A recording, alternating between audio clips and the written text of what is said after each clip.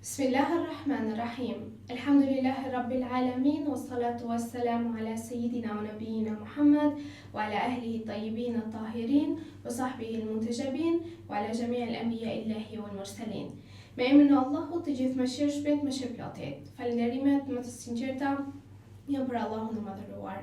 Paqja dhe mëshira e Allahut qofshin mbi profetin Muhammed, mbi familjen e tij të pastër, mbi shokët e tij të zgjedhur dhe mbi të gjithë të dërguarit dhe profetët e Allahut xhaleshanhu. Të nderuar dëgjues dhe shikues, ju përshëndes me përshëndetjen e bukur islame. Assalamu alaikum wa rahmatullahi wa barakatuhu. Paqja, mëshira dhe beqatia e Allahut qofshin mbi ju. Për ditën e sotme do të flasim rreth temës urdhri i Allahut për të bërë mirë. Në ankun e mëshirës hyjnore dhe në dritën e urtësisë që buron nga Kurani, zemra e njeriut ftohet për të bërë mirë. Mirësia nuk është thjesht një vepër, por një reflektim i shpirtit të ndriçuar nga besimi në Zotin një dhe të vetëm. Është frymë e dërguar nga Zoti që mbjell paqe në zemrat e të varfërve dhe drejtësi në gjykimet e të drejtëve.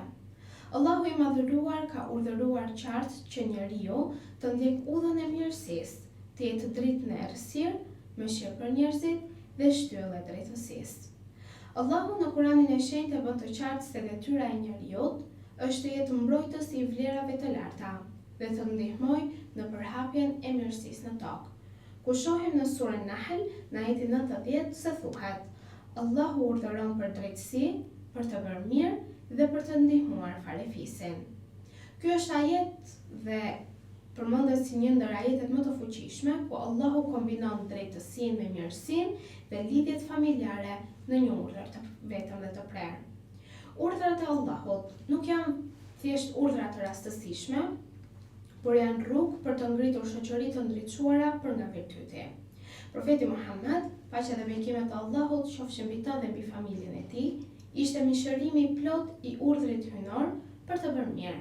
Le të shohim disa nga hadithet të ardhura nga profeti në lidhje me këtë temë. Ai thotë: njerëzit më të dashur tek Allahu janë ata që i bëjnë mirë krijesave të tij. Çdo vepër e mirë është sadaka, madje edhe buzëqeshja jote për vëllain tënd në fe është sadaka, thot profeti. Bëj mirë me njerëzit, sepse ata janë ose vëllezërit e tu në fe, ose krijesa të Allahu xhaleshanhu. Imam Huseini në një nga porositë e tij fisnike na porosit dhe thot: mësohu të bësh mirë pa pritur shpërblim, sepse kur bën mirë për Allahun, Allahu nuk e harron veprën tënde.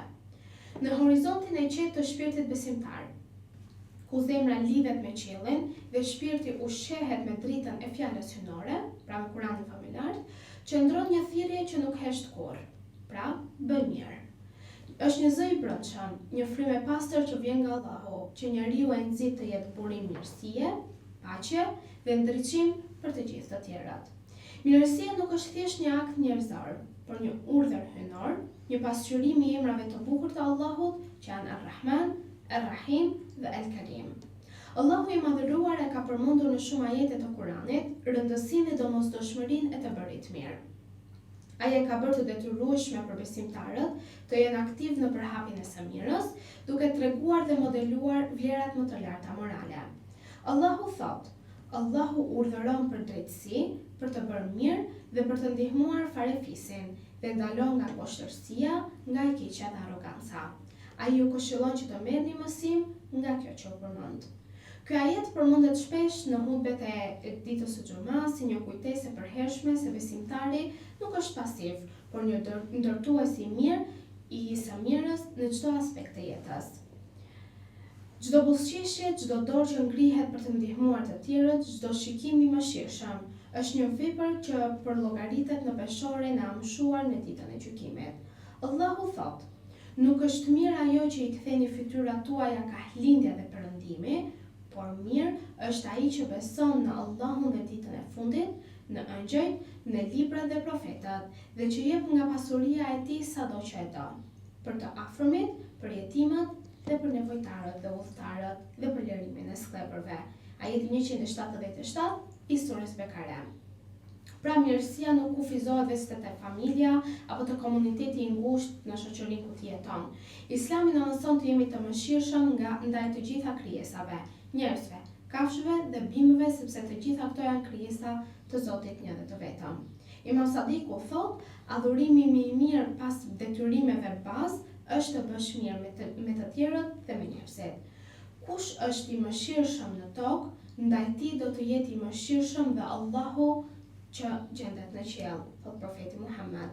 Çdo vepër e mirë, pra, sado e vogël, llogaritet dhe shpërblehet nga Allahu, dhe besimtari është i vetëdijshëm se asgjë nuk humbet në peshorin hyjnore. Allahu thot, kush bën një të mirë do ta shoh atë, dhe kush bën një të keqe do ta shoh atë.